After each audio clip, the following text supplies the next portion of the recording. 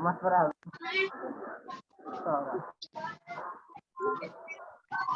Ya itu udah on.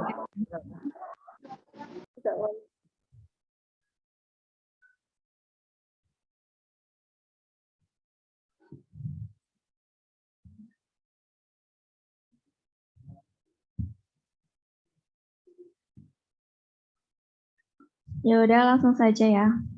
Selamat siang, selamat bertemu kembali. Ya, nanti kita akan melanjutkan acara pada siang hari ini ya. Melanjutkan materi keempat mengenai kepersmaan yang akan disampaikan oleh Mas Prasetyo Aji sama moderatornya Mbak Nazira. Gimana? Mau langsung dimulai sekarang atau sudah banyak yang join ya? Yang udah join bisa on cam ya.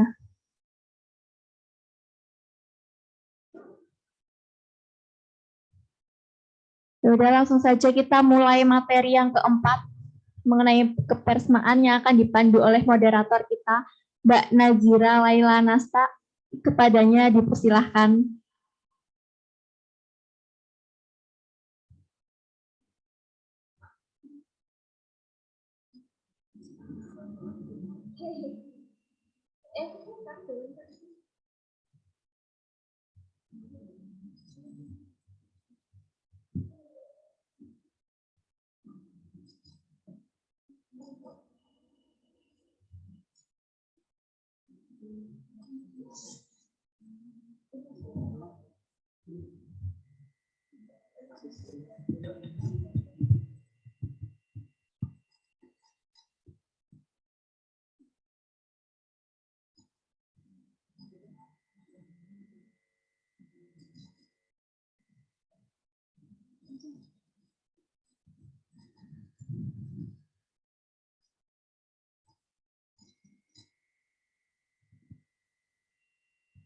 Baik, terima kasih kepada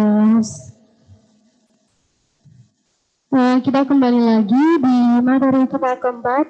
Gimana buat teman-teman yang di rumah, masih semangat nggak nih? Kalau bisa on kamera ya, biar aku juga lihat wajah kalian yang cantik, ganteng. Biar kita sama-sama melihat wajah kita meskipun masih virtual seperti ini ya. Oke, mari kita buka terlebih dahulu. Assalamualaikum warahmatullahi wabarakatuh. Waalaikumsalam warahmatullahi wabarakatuh. Sebelumnya, saya Nazira Laila Nasta sebagai moderator di sini. Dan di sini kita masuk ke materi yang keempat, yaitu mengenai kepresmahasiswaan. Nah, di sini kita bakalan diisi dengan pemateri kita yang sangat kece sekali, sangat pintar sekali orangnya. Mari kita sambut bersama. Ini dia, Prasetyo Aji. Kepadanya saya persilakan.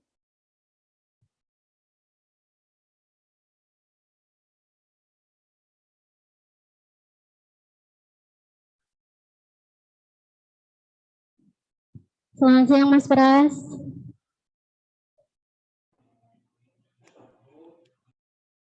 Gimana kabarnya nih, Mas Pras? Cek. Alhamdulillah sehat walafiat. Alhamdulillah sehat ya. Iya. Mas Pras sudah makan? Sudah. Alhamdulillah sudah. Mudah-mudahan yang di rumah juga sudah makan. Iya. Sampai aja ya Mas Pras ya. kita ngobrolin santai aja, oke. Baiklah, di sini saya akan bacakan CV dari pemateri kita.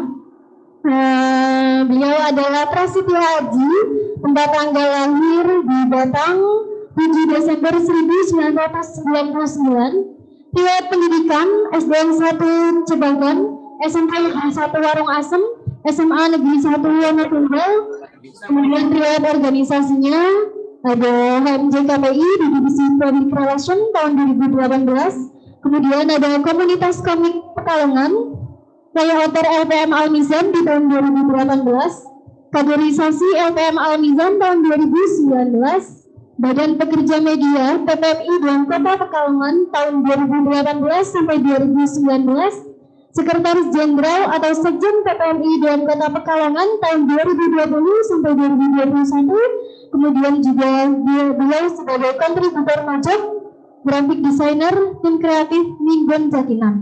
Hobinya menggambar, mata hidupnya ngalir kaya banyu ning kali mung ojo ngasih Kelly. Iya. Keren sekali ini ya. Filosofinya apa coba?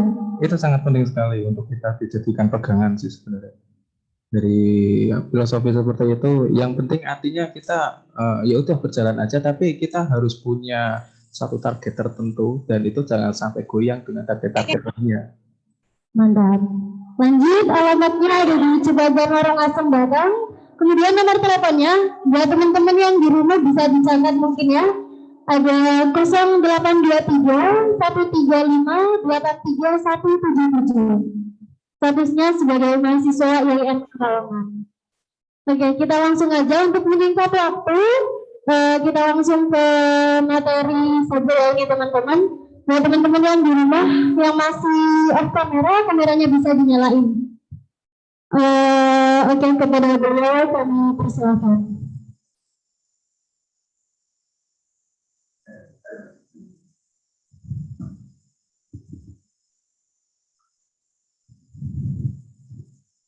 Cek bis. Ini mana semuanya? Kok kameranya nggak kelihatan? Oh iya, oke. Oke semuanya, selamat siang dan semoga kabar kalian sehat-sehat saja dan selalu dilindungi oleh Tuhan. Dan selalu jaga kondisi kesehatan kalian karena kita sekarang sedang mengalami pandemi yang mana kesehatan itu mempengaruhi sekali, dan terus semangat walaupun ada beberapa halangan yang tidak bisa dikendalikan, dan terus progresif di setiap kegiatan kalian. Dan aku mau cek sound terlebih dahulu untuk teman-teman yang di sini ya. Kita panggil aja teman-teman apa kawan-kawan ya? Oke, kawan-kawan aja ya, biar lebih enak ya. Oke. Teman-teman yang ada di sini, saya minta kalau suaranya nanti jadi ini ada yel-yelnya untuk kita di pers mahasiswa. Kalau saya bilang salam pers mahasiswa, nanti teman-teman semua yang sedang on cam bilang dengan salam, gitu ya. Bisa dipahami teman-teman semuanya? Ayo cek. Halo. Oke. Nah, saya cek yang pertama terlebih dahulu ya. Salam pers mahasiswa. Salam. Salam pers mahasiswa. Salam pers mahasiswa. Hidup rakyat. Itu. Oke. Jangan kaget ya, karena kita slow tapi ya jangan terlalu slow. Nanti takutnya di sini ada yang tidur juga. Soalnya kebiasaan kita kalau misalkan ada pelatihan semacam seperti ini pasti ada banyak kawan-kawan yang ngantuk dan mungkin sambil ngemil, dan mungkin yang paling menjengkelkan sebenarnya ada nih teman-teman misalkan yang sedang ada di WC nih, terus mengikuti pelatihan BJT seperti ini. Kan itu sangat mengkunyukan sekali untuk kita. Ya, yang penting tolong kalau misalkan ada yang masih di WC, jangan soundnya dimatikan aja, nggak apa-apa. Nanti takut kan suaranya itu, itu kan. Nanti sangat, wah ini suara apa ini, merdu sekali. Dan saya tidak ingin mendengarnya untuk kali ini. Jadi nanti saja ya, oke. Ini sharing-sharing aja dan slow. Untuk background saya, seperti tadi yang telah dijelaskan oleh Mbak Nasira. Terima kasih Mbak Nasira untuk telah mendampingi saya untuk kali ini. Sama-sama. Iya. Bisa dilanjut lagi Mas Terang. Oke. Kita slow. Mbak Nasira ini sangat keren sekali di Almisian, dan itu kembali lagi ke background saya. Terakhir menjabat periode di Almisian, saya sebagai kaderisasi tahun 2019, dan untuk di PPMI sendiri terakhir saya kemarin tanggal berapa ya Mbak? Gitu. Mas Scott 11, 12. Tanggal 12 kemarin kita mengadakan acara akbar sekaresidenan Pekalongan yang mana dihadiri oleh semua LPM yang dinaungi oleh PPM ITK Pekalongan, dan kebetulan waktu itu sekjennya saya, dan saya lengser pada tanggal 19 bulan September 2021. Dan sekarang akhirnya saya sudah terbebas dari masa kepengurusan PPMI. Untuk kesibukan kali ini saya membuat skripsi. Jadi tidak usah ditanyakan lagi, karena ini adalah kesibukan kalangan-kalangan mahasiswa tua. Nanti kalian tenang aja, nggak usah bingung atau buder gimana skripsian atau seperti apa. Kalian tinggal nikmatin aja proses yang kalian lalui. Oke, kita masuk ke tema atau cakupan pembahasan kali ini. Kemarin Mbak Rizky atau siapa ya yang menghubungi saya? Rizky ya. Mbak Rizky itu sempat menghubungi saya disuruh untuk mengisi materi kepers mahasiswa. Padahal seharusnya yang mengisi materi ini itu adalah sekjen yang baru. Tapi entah kenapa, kenapa masih saya? Ataukah kebetulan Anda menghubungi saya pas ketika saya masih menjadi sekjen? Jadi nggak apa-apa. Oke, ini bisa katakan saya materi the last lah, terakhir mungkin untuk PPM-nya, dan kita belajar bareng bagaimana ideologi kepers mahasiswaan yang bagus. Kita akan belajar bareng-bareng di sini kepers mahasiswaan. Oke, materi pertama, slide pertama.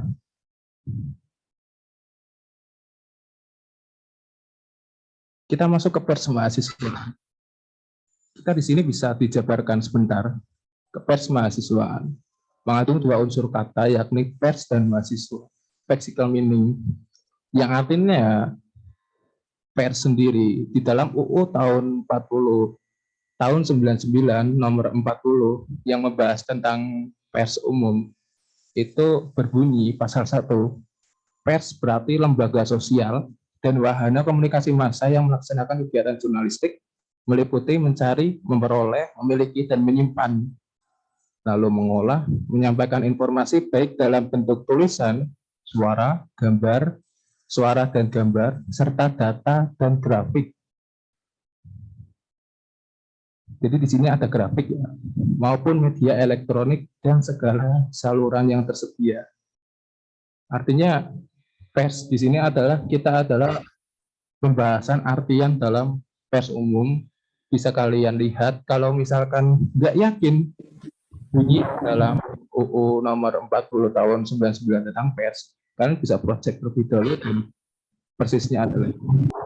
Lalu untuk mahasiswanya sendiri mempunyai definisi bahwa kalangan muda yang berumur antara 19 sampai 28 tahun, yang mana dalam usia itu manusia mengalami suatu peralihan dari remaja ke fase dewasa menurut teori Aristoteles. Jadi kalau misalkan kalian paham yang sudah Aristoteles adalah nama yang sangat umum dan wajib kita pahami untuk mahasiswa, karena beliau adalah salah satu filosof Yunani kuno yang mana menciptakan berbagai cikal bakal dari ilmu pengetahuan, mulai dari Aristoteles, Socrates, dan yang terakhir itu siapa berarti? Ada 3, nah itu kalau nggak salah. Nah, oke, kita lanjut next. Nah, kepers mahasiswaan di sini poin-poin paling besar yang ingin saya sampaikan yaitu yang mana pers mahasiswa. Kita akan melihat historisnya terlebih dahulu. Pers mahasiswa ada, bukan hanya di masa sekarang saja, melainkan pers mahasiswa telah ada di zaman sejak dulu, sebelum Hindia Belanda datang ke Indonesia, yang mana itu merupakan salah satu fase-fase cikal bakal pendongkrak pers mahasiswa bergerak di dalam pergerakan yang sangat konkret. Kita masuk ke yang pertama, historis. Yang pertama saya jabarkan di sini, fase pertama adalah zaman kolonial Belanda, tahun 1914 sampai 41.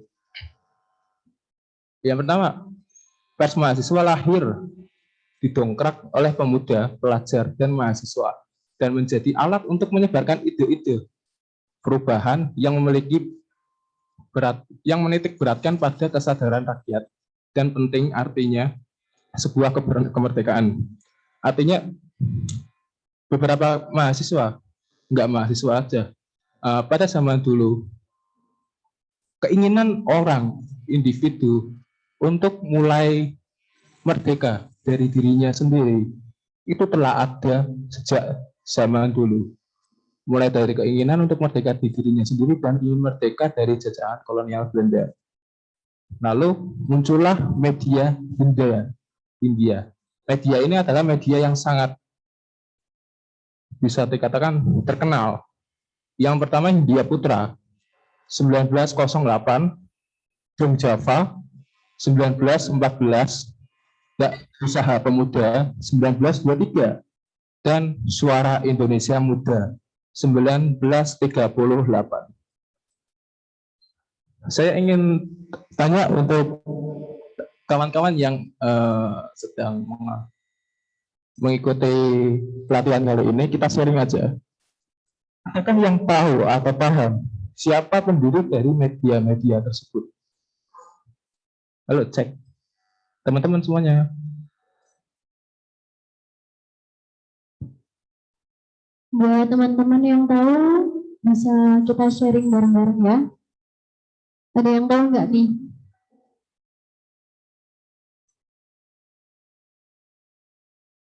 Ini dari panitia ada reward nggak? Hadiah. Berapa? Berapa hadiah? Nanti misalkan kalau ada 3 atau berapa, nah ini salah satu yang bisa menjawab ini nanti bisa dikasih reward dan bisa diambil untuk yang bisa menjawabnya.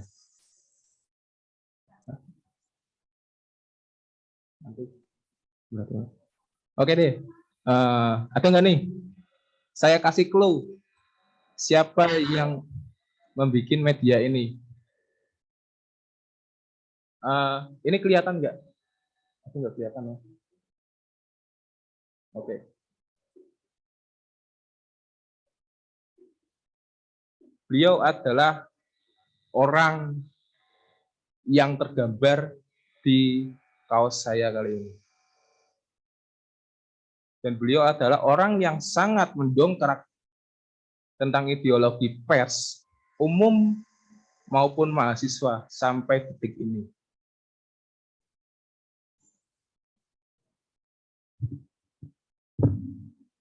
Adakah yang paham?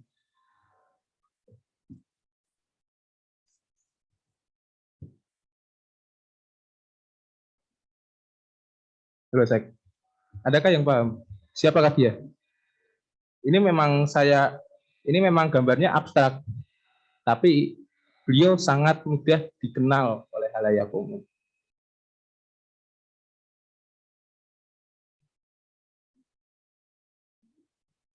Ayo, cek untuk peserta. Saya kasih clue. Saya dari teman-teman ada yang tahu nggak nih? Siapa orang yang ada di baju saya ini? Kelihatan nggak dari layar kalian? Tirto Adi Surjo. Tirto Adi Surjo, bener nggak? Klunya apa? Klunya. Siapa? Suaranya terputus-putus. Saya ketik aja ya. Bisa Sebutkan on nama, kamera? sebutkan nama dan on cam. Minta tolong on kamera. Halo, nama saya Farel Zaidan. Kenapa gak berisik ya? Saya lagi numpang wifi soalnya. Bener nggak itu jawabannya? Dari gambarnya. Mohon maaf Mas Farel, suaranya terputus-putus. Bisa diulangi? namanya Tirto Adi Surjo. Ya, betul. Kita beri A+ untuk Mas siapa? Farel Azhar. Farel Azhari. Jadi beliau adalah salah satu orang pendongkrak tentang pers untuk pers umum dan pers mahasiswa. Yang mana Mas Tirto di sini sangat terkenal yang akhirnya ada salah satu media yang ingin mendirikan nama dan menggunakan nama beliau sebagai media yang benar-benar independen dan overbudget. Bisa dikatakan kalau kalian sering melihat beberapa beritanya yaitu di tirto.id. Nah, itu adalah salah satu cikal bakal yang mana juga menggunakan ideologi pergerakan yang diawali oleh Mas Tirto sendiri. Dan Mas Tirto sendiri adalah salah satu tokoh pers yang sangat loyal sekali dan berani menantang kolonial pada waktu itu. Artinya beliau benar-benar totalitas. Beliau nggak takut untuk dipenjara, yang akhirnya beliau benar-benar diasingkan ketika tahun, kalau nggak salah,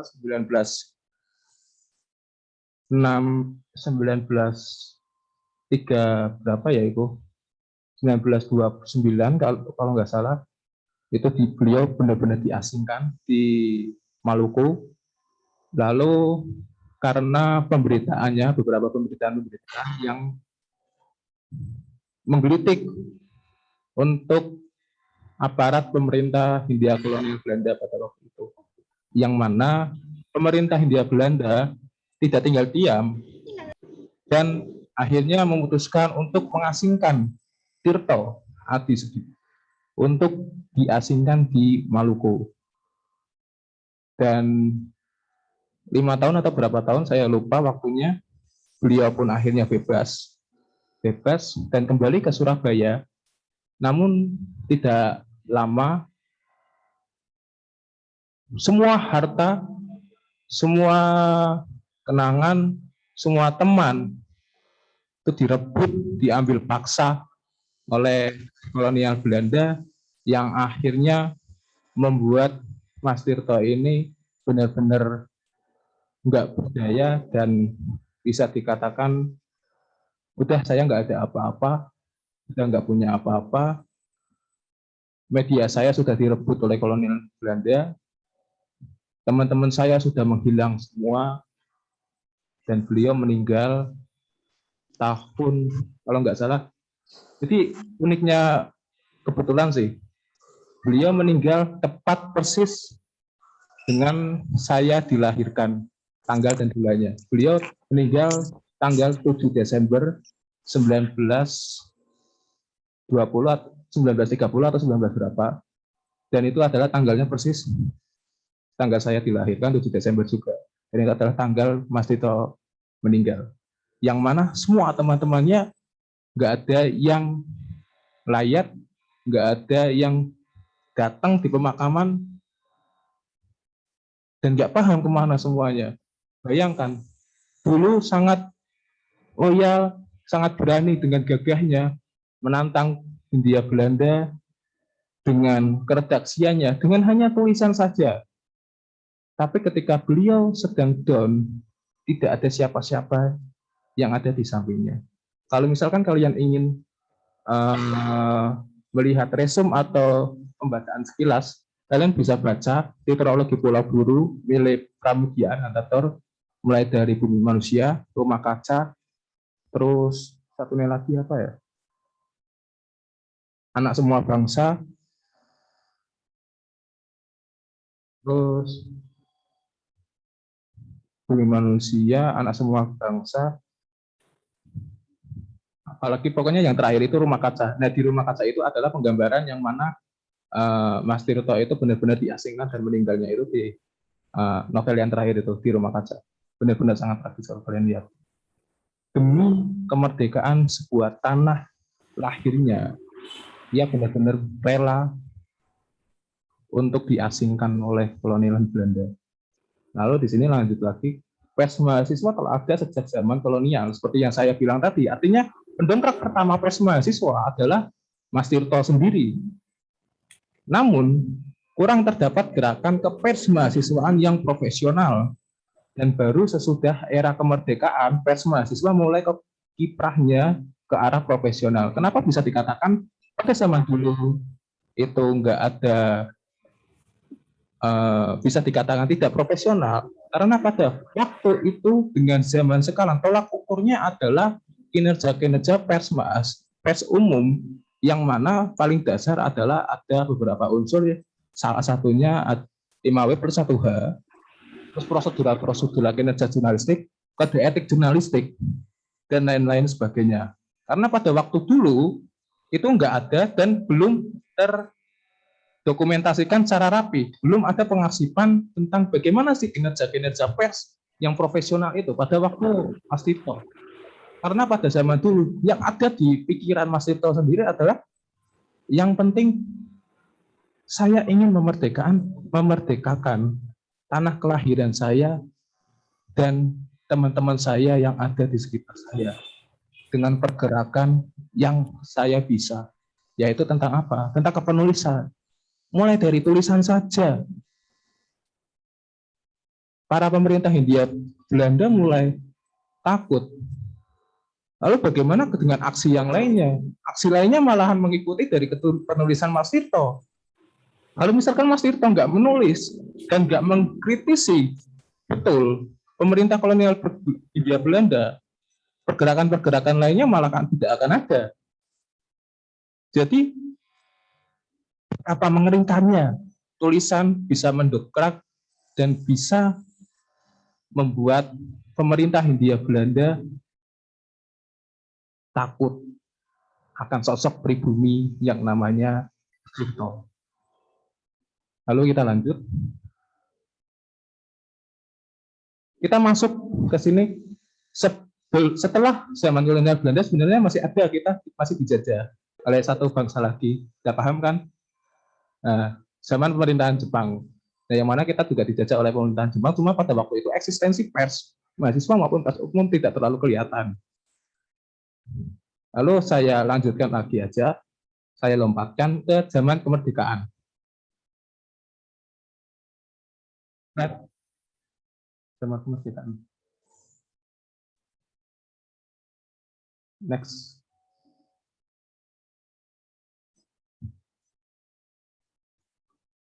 Itu slide-nya bisa di zoom. Nek teman-teman, zaman kemerdekaan sih.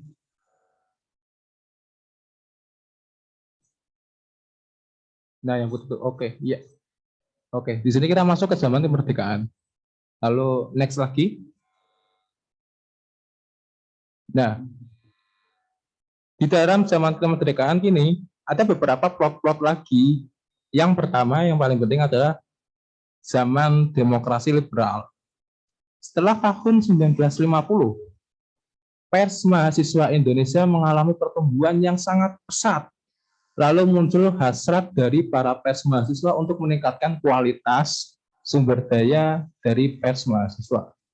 Nah, atas inisiatif Majalah Agama, diadakan konferensi pers mahasiswa Indonesia yang menghasilkan dua organisasi, yaitu yang pertama ada Ikatan Wartawan Mahasiswa Indonesia atau IWMI, yang ketuanya yaitu Yakob. Materi kali ini bisa bisa ditulis kalau misalkan dirasa penting. Kalau nggak dirasa penting ya nggak usah ditulis, nggak apa-apa sih. Ini untuk sharing aja. Lalu yang kedua ada Serikat Pers Mahasiswa Indonesia atau SPMI, yang ketuanya adalah Nugroho Noto Susanto. Nah, kemudian tanggal 16 sampai 19 Juli 1968 dilaksanakan konferensi pers mahasiswa kedua yang menghasilkan peleburan IWMI dan SPMI menjadi IPMI, Ikatan Pers Mahasiswa Indonesia. Karena anggapan perbedaan antara kegiatan perusahaan pers mahasiswa dan kegiatan kewartawanan sulit dibedakan dan dipisahkan, akhirnya mereka disatukan. Jadi awal terbentuknya IPMI, kita akan melihat Jadi IPMI ini adalah salah satu cikal bakal dari organisasi kepersmahasiswaan terbesar di seluruh Indonesia, yaitu PPMI. Nanti akan ada sesinya sendiri untuk PPMI, yang mana kita akan meranah terlebih dahulu ke IPMI, yang mana IPMI dilahirkan pada zaman demokrasi liberal. Oke, lanjut. Untuk yang kedua, kita masuk ke zaman demokrasi terpimpin tahun 59 sampai 66. Dalam sistem politik terpimpin ini, pemerintah melakukan kontrol ketat terhadap kehidupan pers. Bagi media pers yang tidak mencantumkan manipul usdek dalam AD/ART anggaran dasar dan anggaran rumah tangga yang akan mengalami keberangusan. Bisa dikatakan manipul usdek ini adalah salah satu cikal bakal masa dari demokrasi pemimpin untuk mulai memberanguskan para pers umum dan pers mahasiswa. Setelah memberlakukan peraturan Presiden Soekarno tentang manipul usdek, IPMI sebagai lembaga yang independen mengalami krisis eksistensi karena dalam tubuh IPMI sendiri terdapat kalangan yang menginginkan tetap independen, menyuarakan aspirasi rakyat, dan ada yang mengarah ke pola partisan. Akhirnya pada saat itu banyak lembaga pers mahasiswa yang mengalami kemunduran dan kematian akibat pukulan politik, ekonomi, ataupun dinamika kebangsaan yang berkembang saat itu. Jadi intinya gini teman-teman, bisa dikatakan manipul usdek adalah salah satu peraturan pemerintah pada zaman Presiden Soekarno yang mana salah satunya organisasi IPMI itu diwajibkan untuk menyuarakan parpol-parpol yang ada pada waktu itu. Artinya harus masuk ke ranah partai politik secara langsung. Sedangkan IPMI sendiri memiliki ideologi independen yang mana tidak mau terikat dengan semua parpol-parpol atau pemerintahan. Artinya IPMI ingin benar-benar konsisten dengan jalannya untuk mengkritisi pemerintahan, apa yang sedang terjadi, dan pemerintah ini sebenarnya ada apa. Nah, kenapa IPMI tetap konsisten seperti itu? Karena IPMI sendiri menyadari akan pentingnya kontrak sosial yang ada di demokrasi kita. Jadi teman-teman di sini sudah dikasih tahu sama pemateri sebelumnya bahwa pers ini masuk ke pilar yang keberapa? Ada yang paham nggak? Pilar pertama, ada yang tahu?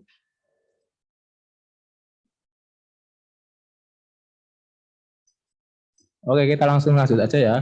Jadi pers sendiri di sini adalah masuk ke pilar keempat dalam demokrasi, yang mana artinya pers memiliki sifat wajib dan mutlak menjadi kontrol sosial atau kontrol pemerintahan, yang mana pemerintah juga wajib untuk diketahui oleh masyarakat umum.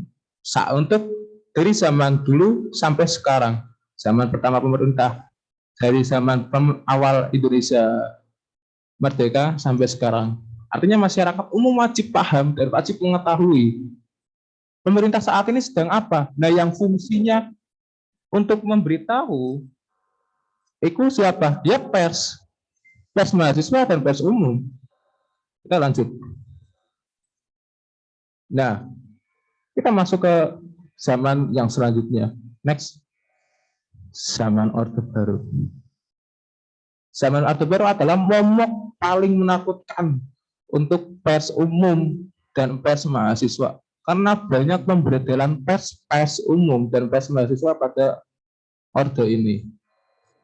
Setelah peristiwa G30 SPKI, IPMI sebagai lembaga pers mahasiswa Indonesia terlibat penuh dalam usaha pelenyapan demokrasi terpimpin dan akhirnya melahirkan aliansi segitiga, aktivis pers mahasiswa, militer, dan teknokrat untuk menghancurkan kondisi yang membelenggu bangsa dalam otoritarian. Janji manis yang diberikan pemerintah akan kehidupan liberal ternyata hanya sebentar dan membuat Indonesia masuk dan ke fase kepemimpinan otoriter dengan dipengaruhi keputusan format yang baru. Perpolitikan Indonesia bahwa kegiatan politik diatur oleh pemerintah dan ditambah kebijakan-kebijakan bagi aktivis dunia kemahasiswaan harus melakukan back to campus. Back to campus adalah salah satu usaha pemerintah Orde Baru yang mana menginginkan semua aktivis mahasiswa pada saat itu untuk tidak ikut campur kepada pemerintah. Artinya mahasiswa sengaja diberikan ruang yang sangat besar di dalam kampus yang mana membelenggu mahasiswa untuk tidak bisa masuk ke pergerakan-pergerakan. Jadi memang pemerintah Orde pada waktu itu sebenarnya teman-teman pasti paham sekali bagaimana kengerian yang ada di zaman Orde, yang mana pers adalah salah satu orang yang menjadi salah satu lembaga organisasi atau asosiasi yang sangat dikucilkan pada waktu itu. Jadi lanjut, next.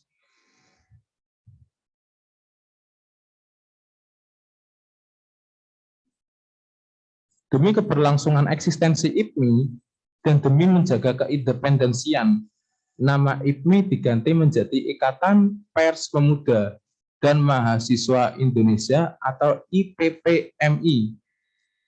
Jadi setelah IPMI, namanya diganti menjadi IPPMI dan menolak bergabung dengan Lembaga Binaan Organisasi Kepemudaan Tingkat Nasional atau KNPI.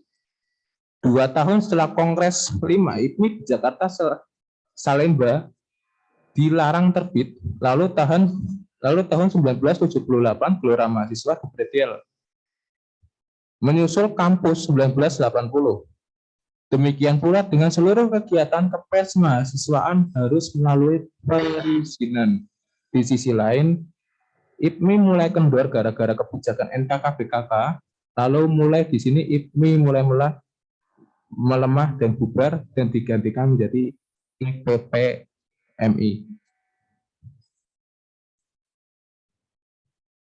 Zaman Orde Baru yang terakhir di sini, semakin meningkatnya tren pemberedelan menjelang akhir masa Orde. Terdapat 7 pers mahasiswa yang mengalami polemik penting dengan birokratnya masing-masing dan berujung pencabutan SK dan pemberedelan LPM. Pemberedelannya saya masuk adalah pencabut. Artinya LPM yang ada di kampus-kampus tersebut diberhentikan dan ditutup semua kegiatannya, aktivitasnya, dan legalitasnya. Nah, yang pertama di sini ada Universitas Kristen Satya Wacana dari UKSW, Salatiga, yakni INBAS, Fakultas Teknik, LPM Sketsa, FKIP, LPM Dian, Ekonomi, LPM Rekayasa, Fakultas Hukum, dan LPM Agromania, Fakultas Pertanian. Seperti hanya arena. Jadi gini teman-teman, yang saya maksud sebelumnya adalah yang jadi LPM itu untuk beberapa kampus-kampus besar, kampus-kampus gede, mereka nggak hanya cuma di lingkup universitas atau institut, melainkan di fakultas-fakultas semua itu ada LPM-nya. Jadi kalau misalkan contoh nih di sini di Almisen sendiri, Almisen adalah LPM Institut di IAIN Pekalongan, karena memang di IAIN Pekalongan sendiri saat ini baru ada satu LPM yang mana namanya Almisen. Nah, untuk beberapa kampus lainnya, kampus-kampus besar itu sudah ada LPM fakultas. Nah, contohnya seperti yang saya sebutkan tadi. Nah, di sini seperti hanya arena, pers mahasiswa IAIN Sunan Kalijaga yang sekarang menjadi UIN berhadapan dengan pembantu rektor 3 soal pemuatan tulisan dan wawancara dengan Arif Budiman. Kalian ada yang kenal Arif Budiman? Pasti dia sosok yang sangat sering terlihat di televisi untuk saat ini Arif Budiman yang rambutnya putih sudah tua itu. Dulu pun pernah mengalami problematika terhadap LPM Arena, yang mana akhirnya LPM Arena pun dicabut SK-nya dan dibretil. Jadi LPM Arena itu adalah salah satu LPM di UIN Jogja, UIN Kalijaga Jogja, itu LPM universitas. Nah, untuk LPM fakultasnya sendiri ada banyak, ada Metafora, ada LPM Retor, ada LPM apa lagi ya? Saya lupa kalau di sana. Lalu kita lanjut lagi. Nah, lalu setelah saat itu kita masuk tanggal 14 sampai 18 Oktober 1992 di Universitas Brawijaya Malang dan dihadiri oleh 72 peserta dari 37 perguruan tinggi negeri atau perguruan tinggi swasta. PPMI lahir dengan wadah yang baru, menyatakan lembaga penerbitan mahasiswa LPM yang ada di perguruan tinggi bersatu dan mendeklarasikan Perhimpunan Penerbitan Mahasiswa Indonesia. Pada waktu itu PPMI belum berani menggunakan nama pers di namanya. Karena kenapa? Mereka sadar bahwa pada waktu itu kuasa pemerintah masih dipegang oleh Presiden Soeharto. Kata pers sendiri menjadi kata yang seksi untuk pemerintah, yang mana pemerintah langsung ambil tindakan apabila pers umum atau pers mahasiswa pada waktu itu sangat nakal. Enggak nakal. Kita memang fungsinya pers itu adalah untuk memberitakan, apa salahnya? Ini memang sudah salah satu peraturan, dan demokrasi yang sehat adalah demokrasi yang mana kebebasan pers sangat dijunjung tinggi, kebebasan berbicara, kebebasan berdiskusi, kebebasan berpikir itu sangat dijunjung tinggi. Nah, itu adalah sekilas tentang ke-PPMI-an. Dan PPMI sendiri adalah, PPMI memang bukan organisasi atau asosiasi kepers mahasiswaan yang ada di Indonesia. Bukan satu-satunya. Ada beberapa asosiasi yang sama seperti FKKB, Forum Pers Mahasiswa Bandung, Forum Pers Mahasiswa Jakarta, lalu Asosiasi Pers Mahasiswa Sumatera Barat itu ada sendiri. Lalu di sini ada PPMI, Perhimpunan Pers Mahasiswa Indonesia.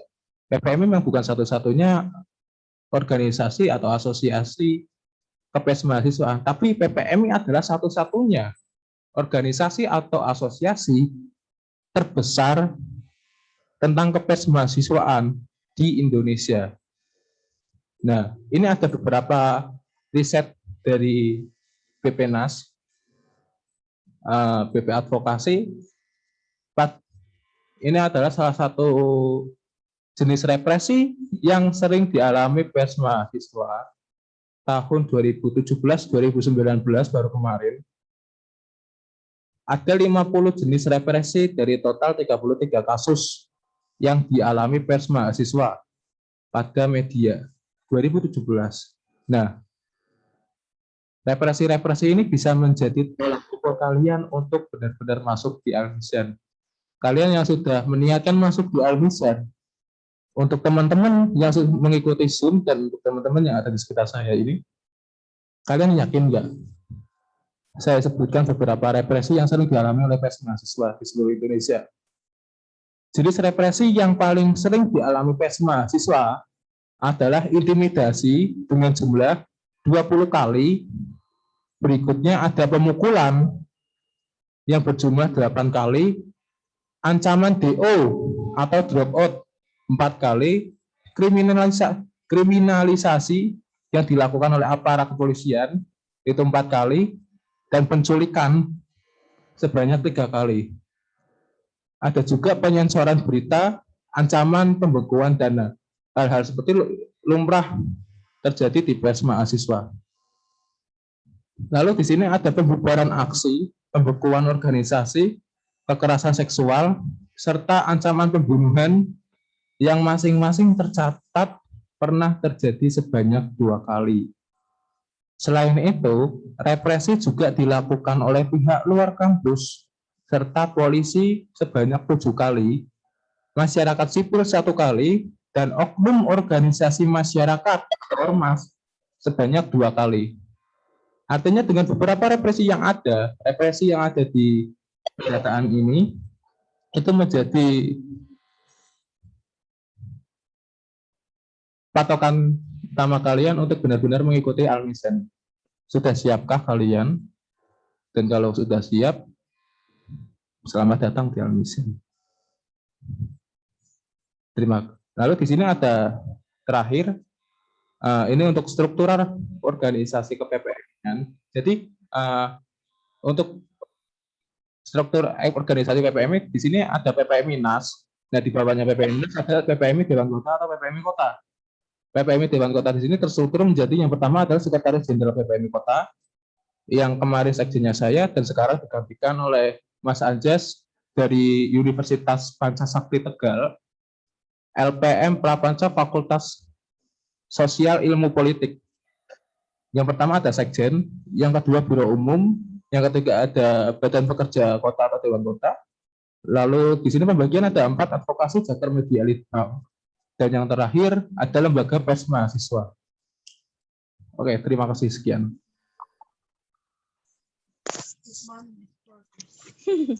Oke.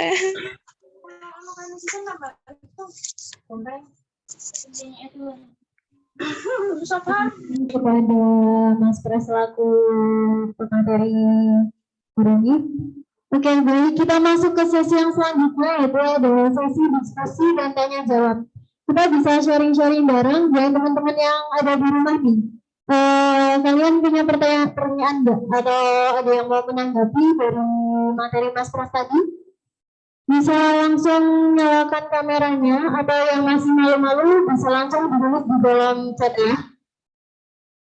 Ada yang mau tanya enggak nih? Halo teman-teman yang di rumah?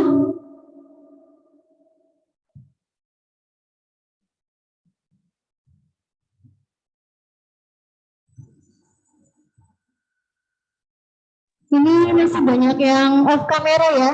Minta tolong bisa dinyalakan semuanya. Ayo dong on kamera, biar kita bisa lihat. Kalau misalkan gak ada yang mau tanya, aku tunjuk nih. Gimana? Siap gak nih? Itu lebih efektif dan itu lebih bisa melatih mental dari beberapa anggota-anggota baru kita. Iya, biar langsung terlatih ya Mas Pras. Iya, langsung kita latih sejak dini aja. Seperti apa?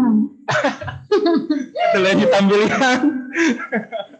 Oke, ini kira-kira siapa itu tadi? Fahri Setiawan.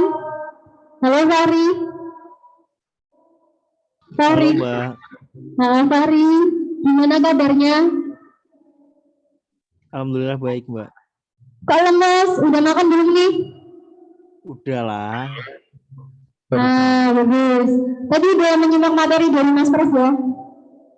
Udah, tapi terkendala sinyal jadi grandet-grandet, Kak. Oh, kendala sinyal. Ada yang mau ditanyain nggak nih sama Mas Pras? Kalau dari aku, kayaknya belum, Mbak. Kenapa? Belum ada pertanyaan. Belum ada pertanyaan?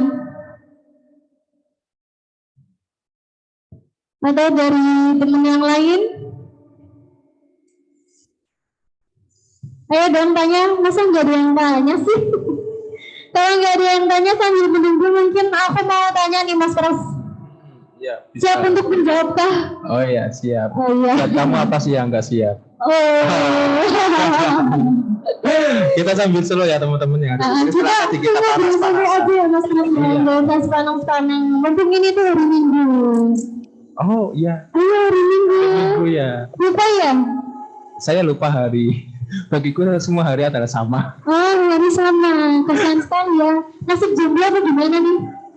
Enggak. Oh enggak. Aman ya, aman. terkendali. Terkendali.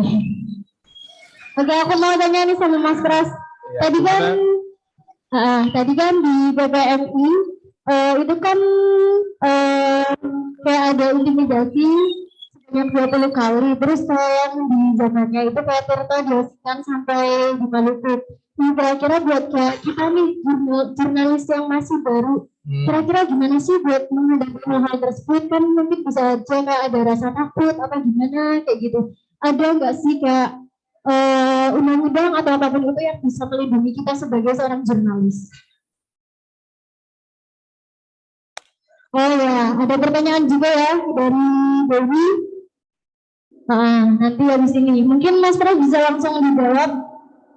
Oke. Kelihatan nggak ya itu di layar? Saya nggak kelihatan, jadi nanti dibacakan ya, tolong ya. Aku juga agak ngeblur gitu. Oke, jadi gini ya, kita membahas serius dulu sebentar tentang perihal tadi pertanyaannya dari Mbak. Kamu siapa namanya? Oh, mau kenalan dulu kok. Iya, kenalan ke. Kok lupa sih? Aduh. Saya Nasira Lastar. Oh iya, Nasira Lastar. Bisa dipanggil Nastar ya. Nastar aja biar enak dulu. Oh, jangan dong. Kue. Enggak dong. Oh, bukan. Ya lanjut ya Mas Pras tadi. Oke, kita jadi gini, perihal tentang bagaimana sih kalau kita mengalami beberapa represi yang terjadi. Kita konsen sebentar. Jadi banyak LPM yang mengalami beberapa represi seperti itu. Salah satu LPM yang masih saya ingat jelas adalah LPM Suara USU dari Sumatera Barat.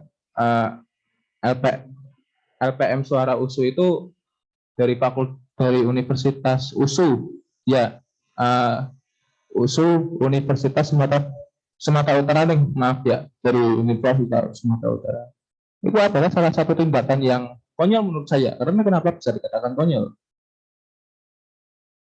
Pembedelan yang dialami oleh LPM Suara USU adalah salah satu pembedelan yang tidak logis menurut saya.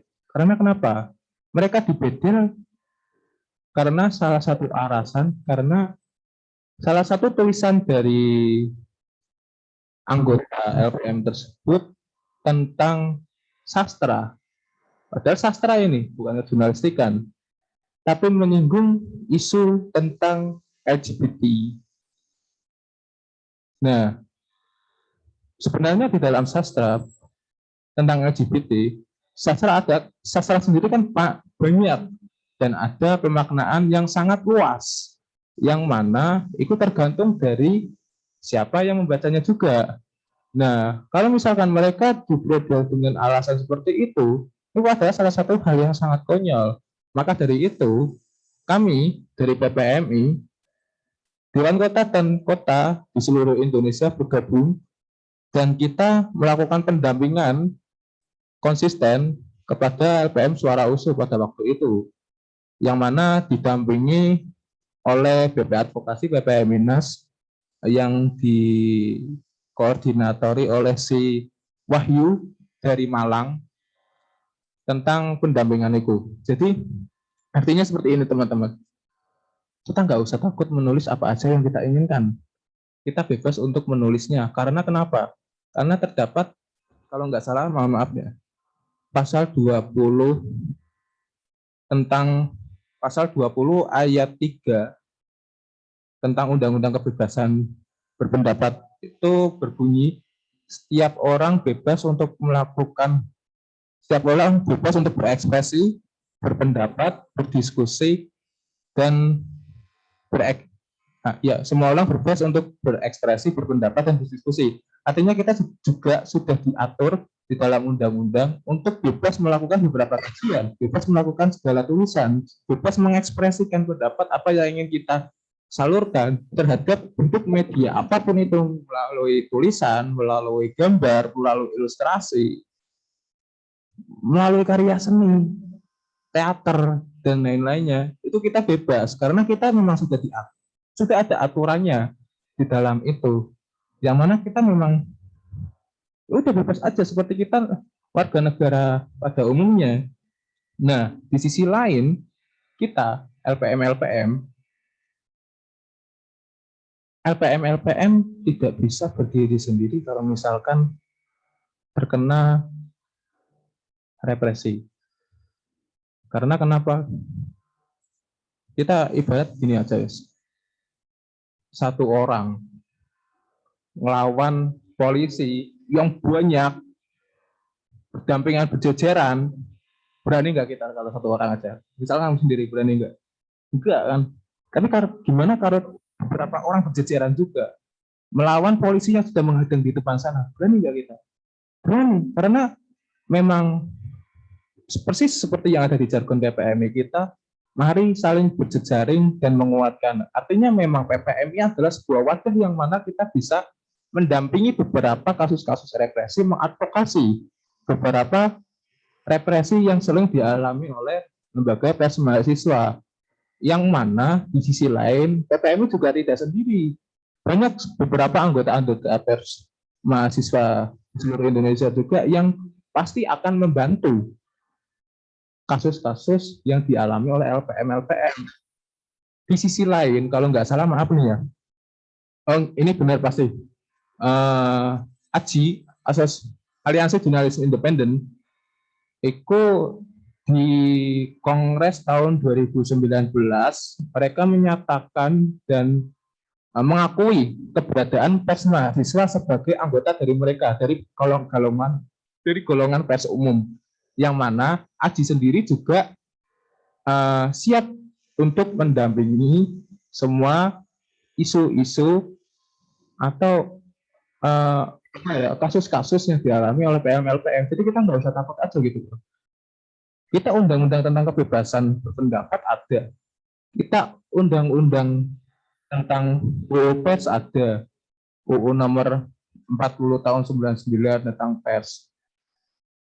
Tapi yang menjadi problem adalah kita nggak usah takut aja kalau misalkan kita bersuara. Kuncinya seperti itu. Tulis apa aja yang ingin kamu tulis di media kita masing-masing. Kalau di sini berarti di LPM Al-Misal. Ya udah nggak usah takut aja. Menulis itu, maaf ya, saya sudah lama menulis. Terakhir menulis kapan ya? Sudah ada setahun kalau nggak salah. Aku pun terakhir nulis di Mojok, di terminal. Pak ngomong apa ini? Enggak, jadi ini patokannya teman-teman. Enggak usah takut untuk menulis untuk semuanya teman-teman yang ada di sini. Karena kenapa? Oh ya, ini satu patokan yang paling penting adalah kita di LPM itu diajarkan kerja profesional pers, yang mana semua kinerja yang kita lakukan itu sudah ada aturannya juga di dalam UU Pers. Nah, mulai dari pertama rapat isu, rapat redaksi, penentuan topik framing, peliputan, editing, sampai publikasi. Kita adalah miniatur pers umum. Kita sudah menerapkan kinerja pers profesional di dalam LPM. Jadi hitungannya ya kita sudah aman karena kita sudah berpatokan terhadap UU Pers. Jadi ya apa ya? Buat apa kita takut gitu? Apalagi yang perlu ditakutkan. Jadi gitu. Kita selalu lagi. Baik, terima kasih Mas Pras atas jawabannya. Oke, next kita lanjut ke pertanyaan yang kedua. Ini datangnya dari Dewi Lucianti. Halo Dewi, minta tolong bisa on kamera nggak nih? Mau aku bacain pertanyaannya atau mau langsung Dewi Baca sendiri. baca sendiri sambil on cam? Halo Dewi. Halo. Halo, Halo. Jaringannya aman ya? kresek-kresek Kak. Mau kresek-kresek. Ini mau baca sendiri apa mau aku yang bacain? Dibaca kakaknya aja. Gak apa-apa kalau Dewi mau baca. Mbak An kresek-kresek juga di situ Kak. Mbak, aman kok aman. Oh ya udah. Iya, langsung yuk, baca yuk.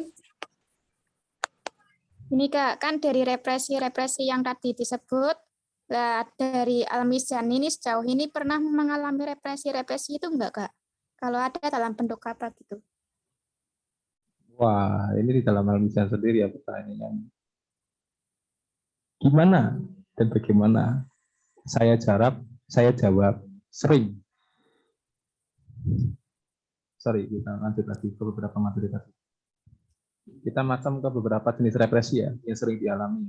Salah satu hal yang paling seksi dan sering sekali dialami oleh LPM Al-Mizan, represi dari birokrasi kampus, terutama yaitu dari Waregida.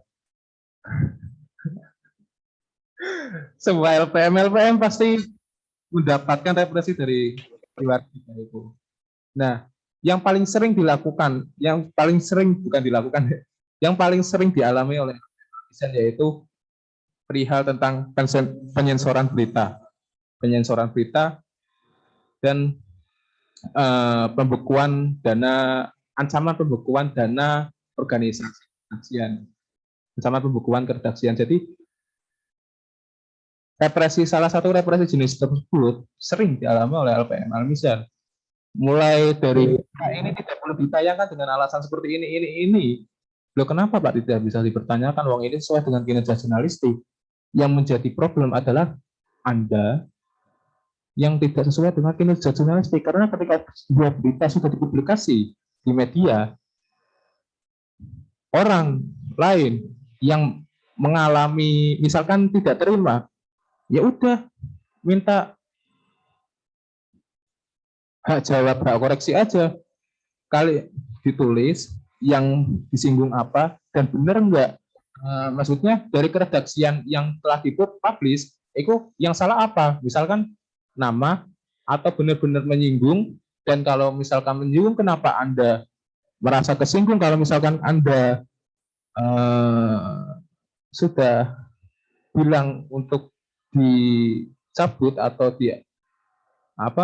beritanya dicabut, berarti jangan-jangan isu yang kita publish itu benar-benar nyata terjadi. Nah, yang menjadi problem adalah beberapa sering ini, jadi teman-teman, beberapa aparatur, beberapa pejabat-pejabat kampus, itu mereka tidak paham bagaimana struktural kinerja di dalam pers.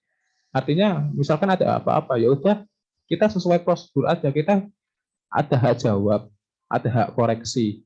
Jadi kalau misalkan kalian tidak terima, kita masuk ke hak jawab. Nah, kalau misalkan benar terjadi, oh ini keliru nih, ya udah kita berikan hak koreksi dari redaksi, pemretnya. Karena semua kinerja jurnalistik yang ada di LPM itu yang bertanggung jawab penuh adalah dari pemimpin redaksi. Jadi seperti itu. Bukan permasalahan penyensoran aja. Ancaman DO juga pernah dialami LPM dan dulu sekali zaman 2008 atau 2000 berapa itu. Terus juga ancaman tidak ditayangkan, tidak boleh terbitnya majalah, terus represi-represi dari beberapa aparatur organisasi mahasiswa dari sekelas Dema, karena dulu Al-Mizan pernah mengangkat isu seksi yang mana Presiden Dema itu diduga korupsi besar-besaran perihal PPAK itu tahunnya Mas Nail kalau nggak salah, itu udah dulu banget.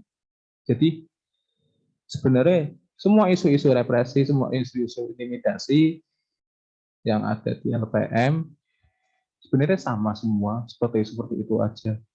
Dan saya pribadi, saya adalah orang yang bisa dikatakan sudah tidak layak kan di organisasi ini. Kenapa tidak layak? Karena sudah tua dan sudah tidak waktunya lagi. Jadi yang bisa saya lakukan adalah memberikan semangat dan motivasi untuk kawan-kawan baru yang ada di LPM Al-Mizan dan magang-magang ini juga semuanya. Jadi Al-Mizan akan menjadi apa? Itu tergantung dari kalian semua.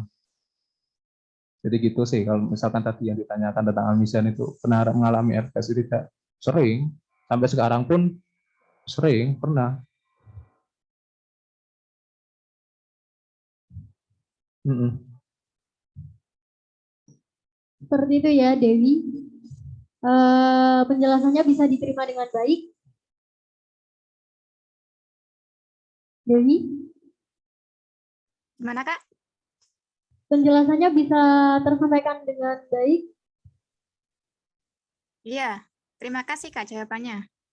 Baik, terima kasih kembali. Oke, kita next. Apakah dari teman-teman ada yang ingin ditanyakan lagi?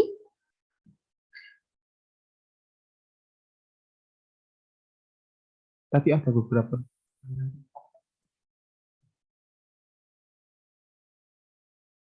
Ada nggak nih? Halo teman-teman. Itu kan akun on. Yang malu untuk on kamera bisa langsung chat aja di kolom.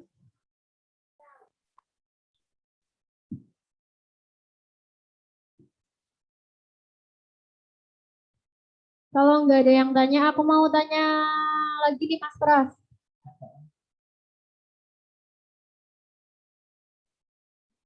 Oh, ini. Iya, gimana Mbak Lesta? Ini nih, Mas Pras kan sekjen PPMI tahun kemarin. Ya, Nah, pantang. kira-kira pengalaman apa aja sih yang udah didapetin? Mungkin bisa di-sharing ke teman-teman yang di rumah. Wah, Yang paling berkesan. banyak. Kalau ngomongin banyak, durasi. Iya, Yang memang. paling berkesan. Memang sangat banyak sekali. Jadi seperti ini teman-teman, pengalaman saya di PPMI sebagai Sekjen PPMI DK Pekalongan tahun periode 2020 sampai 2021 kemarin saya baru selesai. Ada banyak peristiwa yang saya alami, mulai dari berjejaring, berelasi, dan apa ya, semua proses itu saya alami di PPMI. Jadi gini, udah. Saya minta kopinya.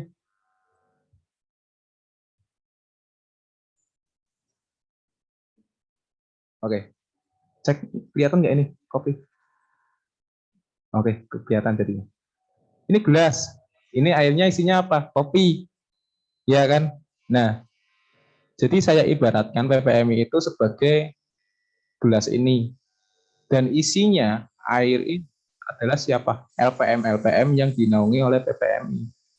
Almisan, ada Suaka dari Unikal, lalu ada LPM Mikroskop dari Akademik Analisis Kesehatan, ada LPM Canting dari Pusmanu, lalu ada LPM Prapanca dari FISIP PS, ada LPM Kompas dari Unifnya UPS, lalu ada LPM Tanpa Titik dari IBN Tegal, ada LPM Mata Kampus dari Poltek Tegal, lalu ada LPM yang terakhir dialek dari Stikip Tegal.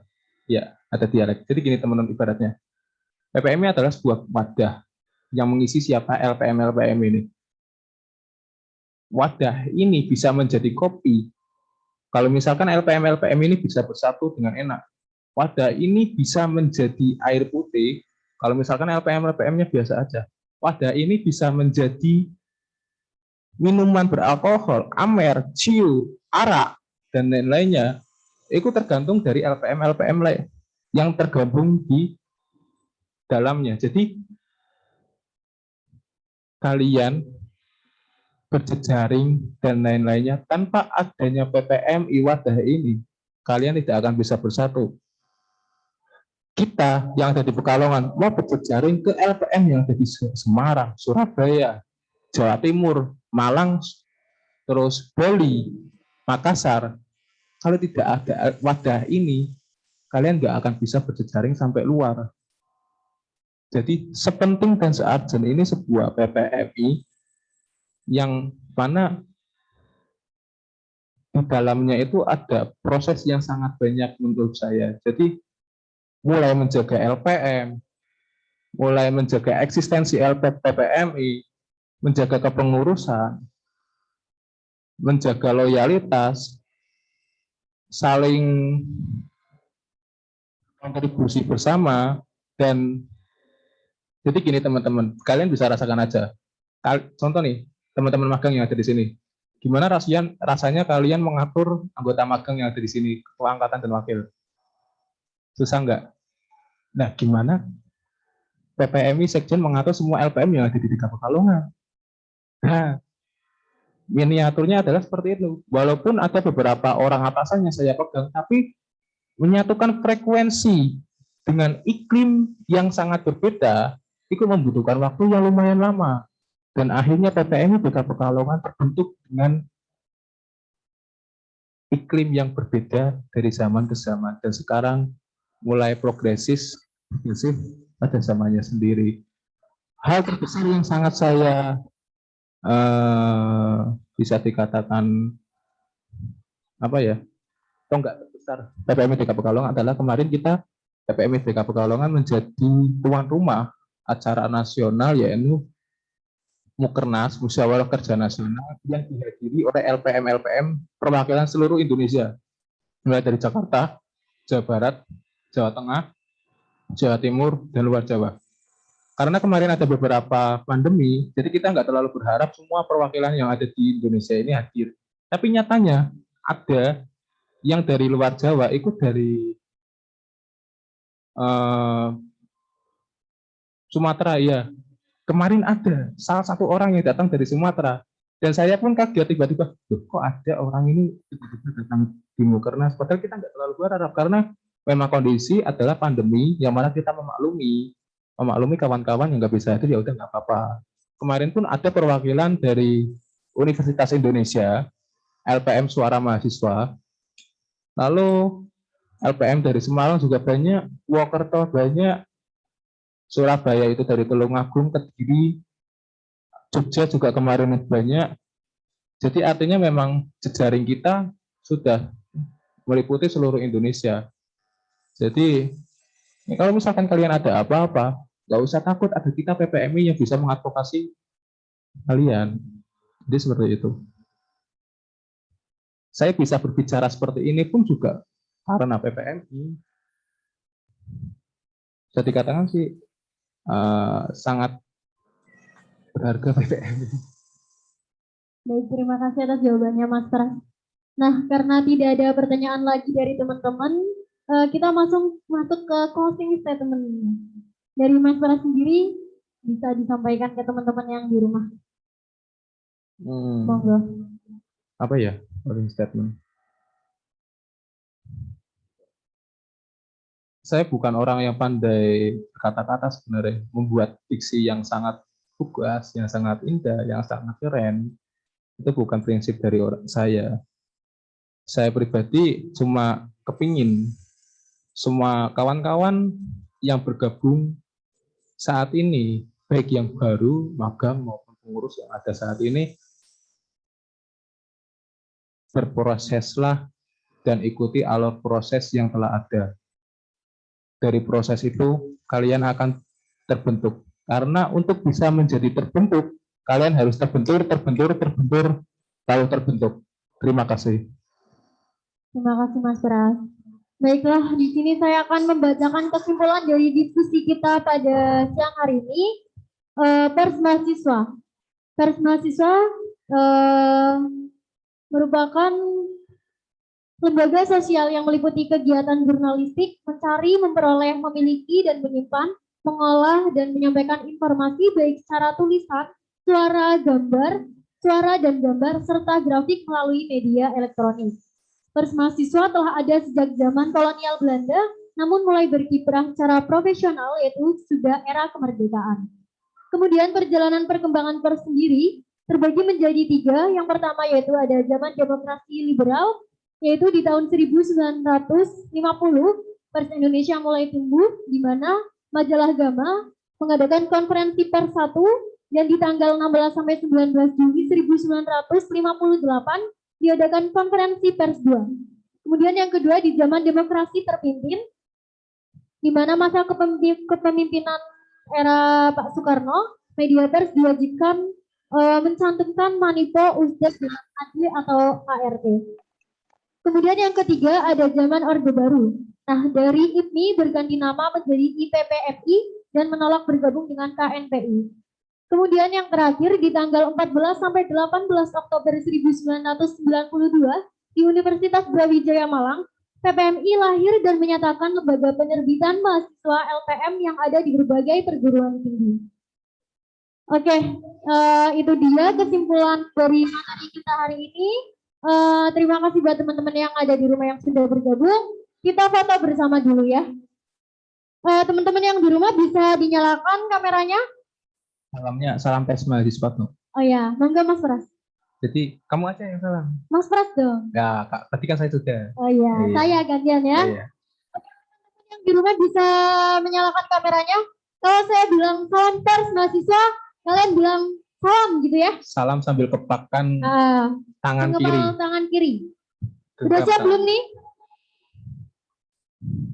Mikrofonnya juga dinyalain kalau bisa ya. Jangan Iya. cuma on kamera aja. Oke, siap belum? Cek sound. Mari kita coba.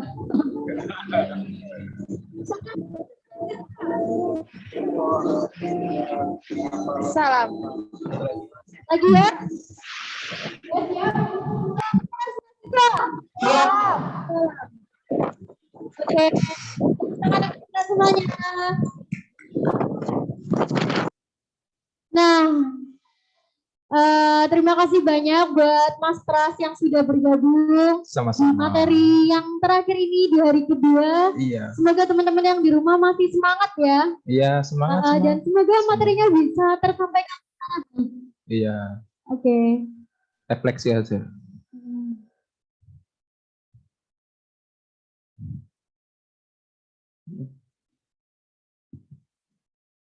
Bisa? Monggo Mas Pras, terima kasih banyak.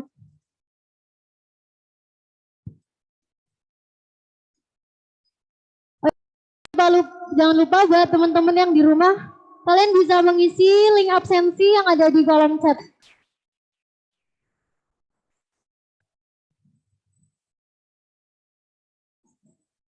Halo teman-teman.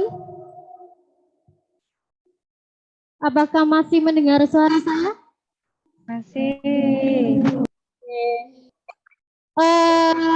Kalian bisa isi link absensi. Nanti habis ini kita ada kuis ya. Masih semangat gak nih? Masih. Ya.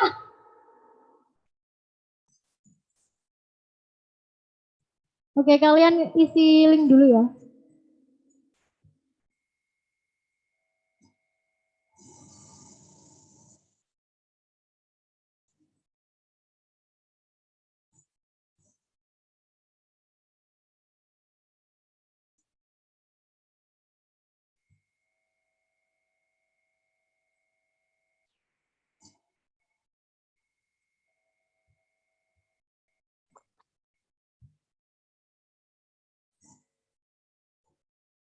Sambil menunggu teman-teman absensi, sebentar lagi, 2 menit lagi kita akan mengadakan kuis. Jadi yang masih ngantuk-ngantuk harap siap-siap menyiapkan diri kalian. Kita main kuis lagi seperti hari kemarin. Minta tolong bisa dipercepat untuk presensinya ya.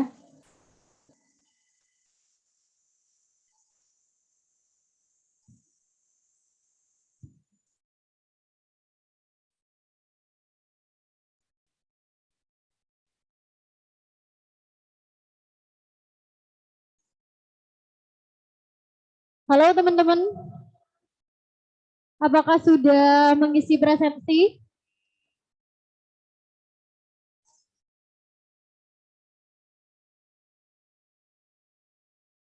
Sabar Mbak, sinyal susah.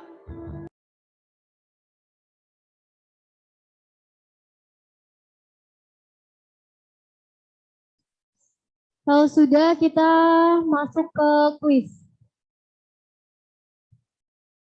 Untuk link kuisnya, kalian bisa dicek di kolom untuk materi yang tadi pagi. Jadi kita masuk kuis untuk materi yang tadi pagi.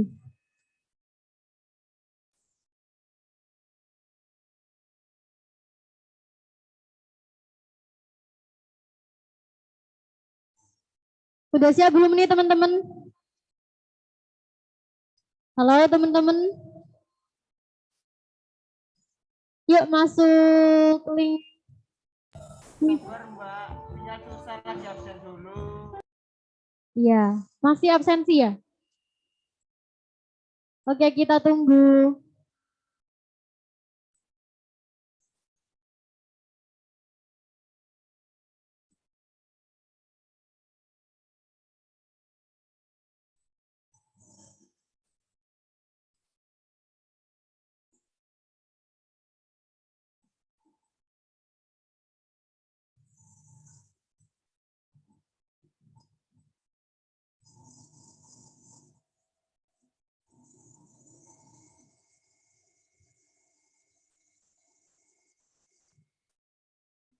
Buat teman-teman yang sudah mengisi presensi bisa langsung masuk ke link Quizizz ya.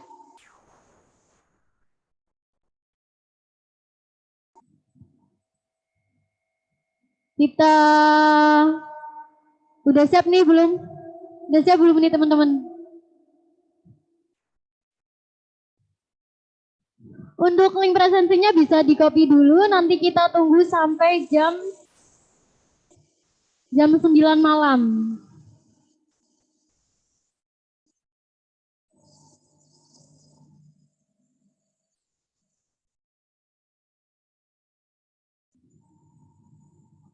Ini di Quizizz masih 18 peserta. Ayo yang lain bisa gabung. Jangan lupa ada hadiah spesial buat pemenang ya.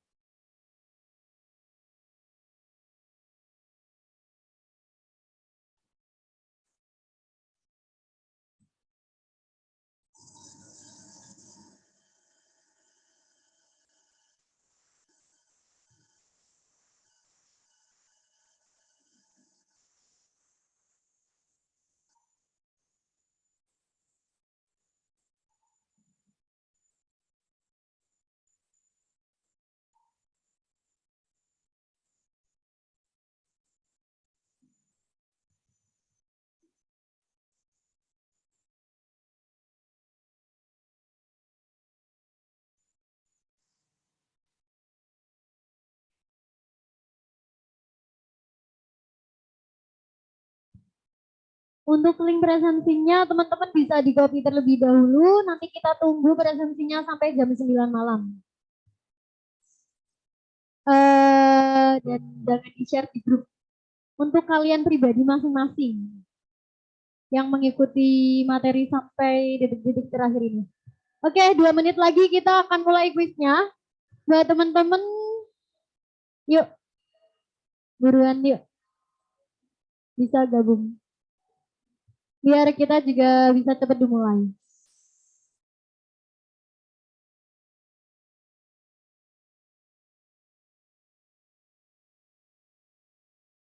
Ini baru ada 25 peserta. Yuk ditunggu yang lainnya yuk.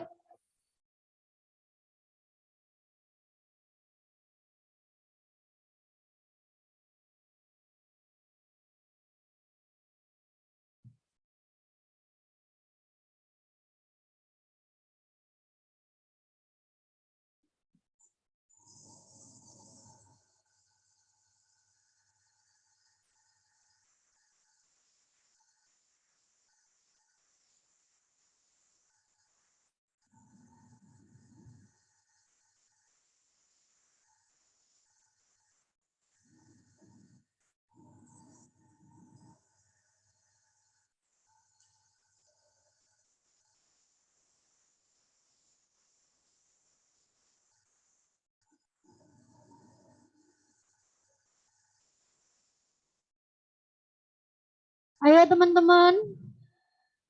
Ini masih menunggu buat yang belum gabung.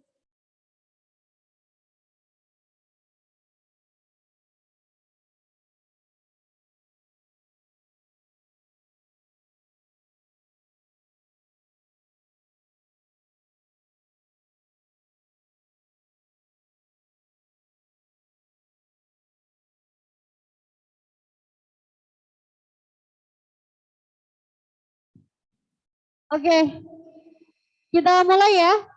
Saya hitung mundur dari angka 3. Siap-siap buat yang di rumah. 3, 2, 1. Mulai.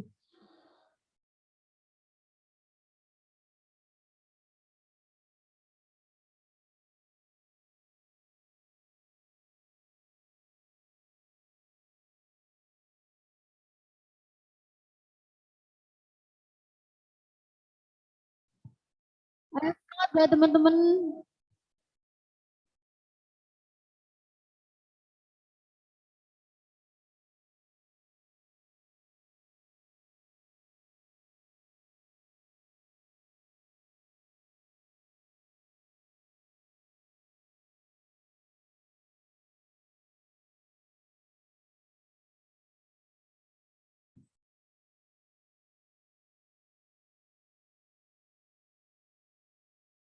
Ayo, ayo, ayo.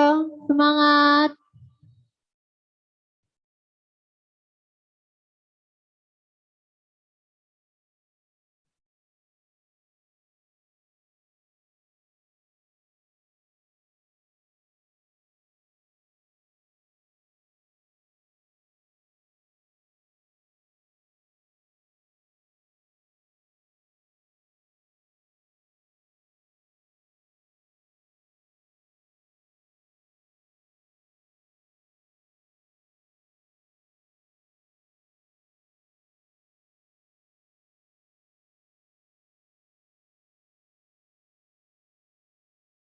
Ayo semangat buat teman-teman.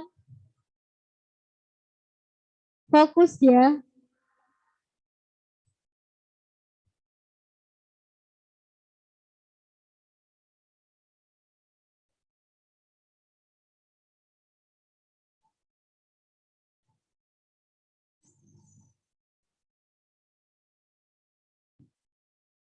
Untuk sementara yang paling teratas ada Salsa Chan.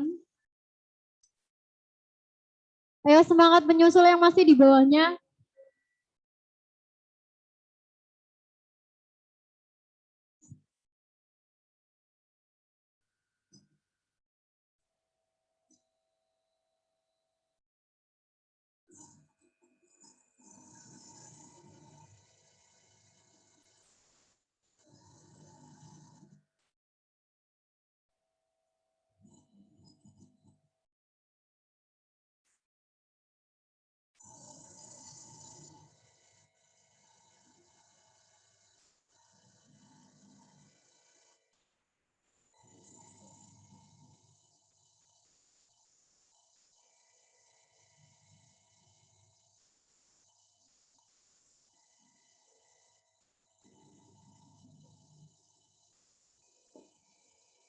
Ayo semangat yang di bawah, susul Salsa Chan.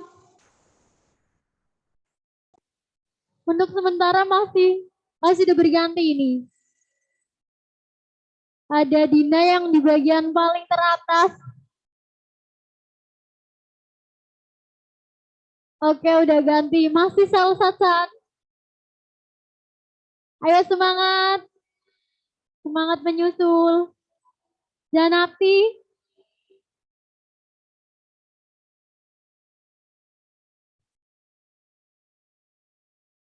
Ada Arif Hilman di urutan pertama. Disusul dengan Salsa Chan dan di bawahnya ada Janati. Ayo semangat.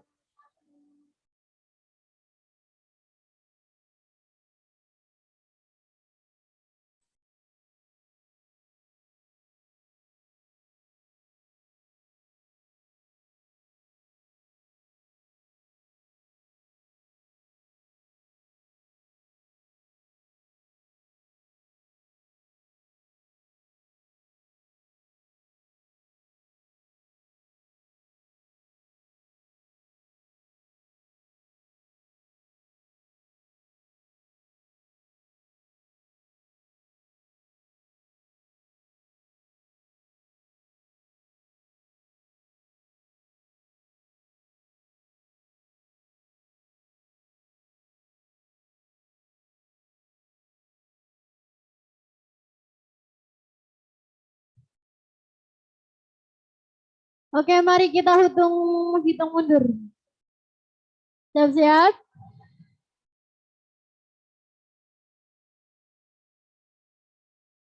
Kita hitung mundur ya.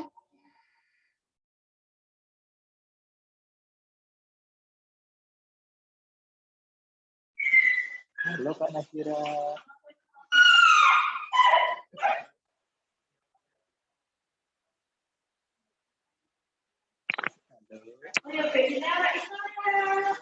Mari kita hitung mundur. 9, 8, 7, 6, 5, 4, 3, 2, 1. Mainan ditutup. Oke, selamat buat Arif Hilman Zabidi. Ada di urutan pertama. Untuk peserta yang menang nanti bisa di screenshot dan menghubungi panitia ya.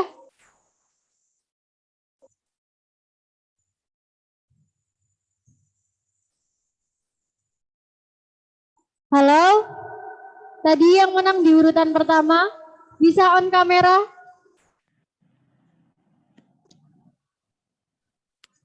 Saya Kak. Ya Arif. Halo Arif, Halo Kak. gimana perasaannya? Senang Kak, Alhamdulillah. Senang ya, alhamdulillah. Rumahnya mana nih Arif? Tegal, Oh Tegal, Tegalnya mana? Banjaranyar, Balapulang. Mana? Banjaranyar, Balapulang. Oh Banjar. Kabupaten. Oh Kabupaten Tegal ya. Ya. Kita sebelahan kok kotanya. Saya kabupaten juga di kota. Jangan lupa nanti Arif tadi di screenshot nanti hubungi salah satu dari panitia ya. Ya Kak. Oke, terima kasih Arif. Terima kasih Kak.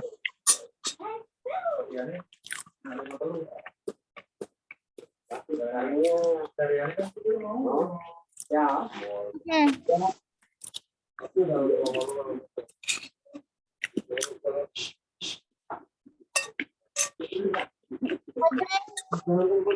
Terima kasih buat teman-teman yang sudah bergabung hingga pada hari kedua ini. Yang terakhir, selamat beristirahat nanti ya. Sekian dari saya selaku moderator undur diri. Wassalamualaikum warahmatullahi wabarakatuh. Waalaikumsalam. Warahmatullahi wabarakatuh. Waalaikumsalam warahmatullahi wabarakatuh. Warahmatullahi wabarakatuh.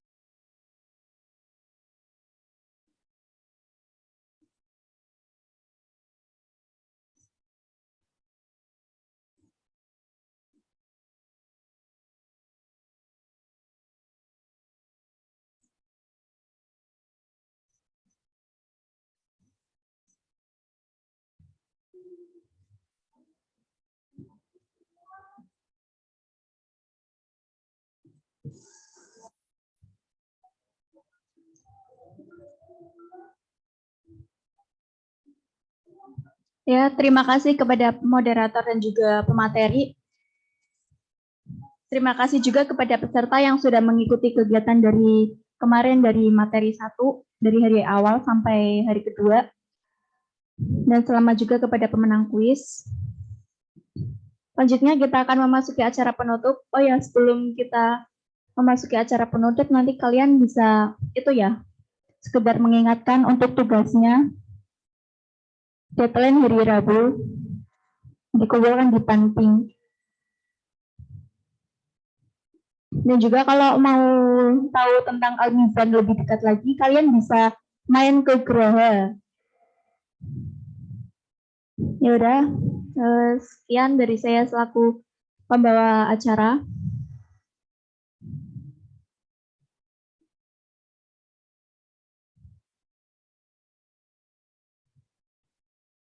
Oh ya, ada nominasi nih buat peserta teraktif.